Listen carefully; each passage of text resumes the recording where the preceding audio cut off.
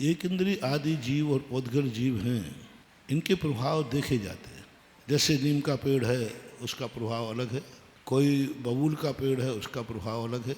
माणिक में पन्ना है, उसका प्रभाव अलग। एक इंद्रिय जीव है लेकिन पन्ने का प्रभाव है। एक इंद्रिय जीव है, डायमंड का प्रभाव है। माणिक, मोती आदि इन सब के अलग प्रभाव। एक इंद्रिय जीव है, मार्बल के टुकड़े से दूध जम जाता है, सैंड स्टोन से नहीं जमता, प्रभाव है। मार्बल के टुकड़े से दूध को जमाया जाता है, दही बन जाता है। एक इंद्रिय जीव है, उसका प्रभाव देखा गया। वह मार्बल दूध का संयोग पाकर दूध को प्रभावित कर रहा है। नींबू प्रभावित कर रहा है, एक इंद्रिय जीव है। जैसे उसको डालोगे दूध को फाड़ देगा, ये नींबू का प्रभाव है। तो इन सब के प्रभाव देखे जाते हैं। अब इनके प्रभाव दो रूप में पड़ते हैं। हर व्यक्ति पर पड़े, हर वस्तु पर पड़े, ये कोई नियम नहीं। हवा चलती है, जिसको शीत प्रकृति होती है उसको जल्दी जुकाम हो जाता है। दूसरा व्यक्ति ठंडे पानी से नहा लेता है, कुछ नहीं होता। तो हमारी प्रकृति के अनुसार इनका प्रभाव पड़ता है। सभी को पड़े ये कोई नियम नहीं है, सभी को पड़े ये कोई नियम नहीं है। उसी नाली की बाजू से आप निकल जाएं, आपका बच्चा हो जाए तो आपको छींक आ जाती है, जुकाम होता है, इन्फेक्शन हो जाता है।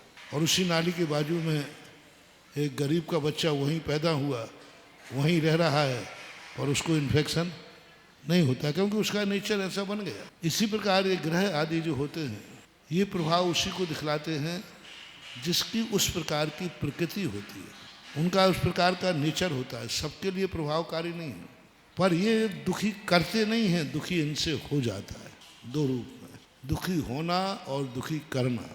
करना इनके जीवन में नहीं है। और दूसरी बात है, ये दुखी नहीं करते हैं, तुम्हारा दुख आने वाला है ये संकेत देते हैं।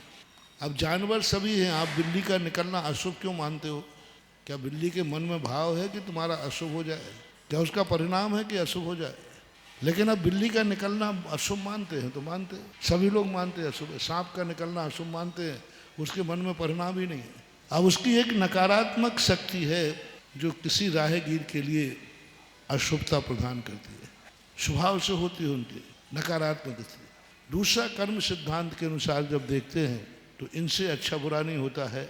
ये हमारे अच्छे बुरे कर्म का एक थर्मामीटर होते हैं। जैसे मशीन पे जांच पे जाते हैं तो मशीन बता देती है कि आपको क्या है, थर्मामीटर बता देता है कि आपको बुखार है।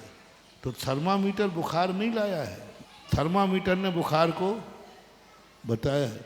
ऐसे ये ग्रह हमें दुखी नहीं करते हैं, हमारा दुख आने वाला है ऐसा थर्मामीटर के अनुसार ये बता देते हैं। हमारी राशि में आकर के, तुम्हारे ग्रह में आकर के, उसी ग्रह में आकर के कि अब तुम्हारे इस प्रकार के कर्मों का उदय आने वाला है, अब तुम्हें सावधान होना है। तो वो एक ग्रह का रूप बन करके ऐसा मानना चाहिए।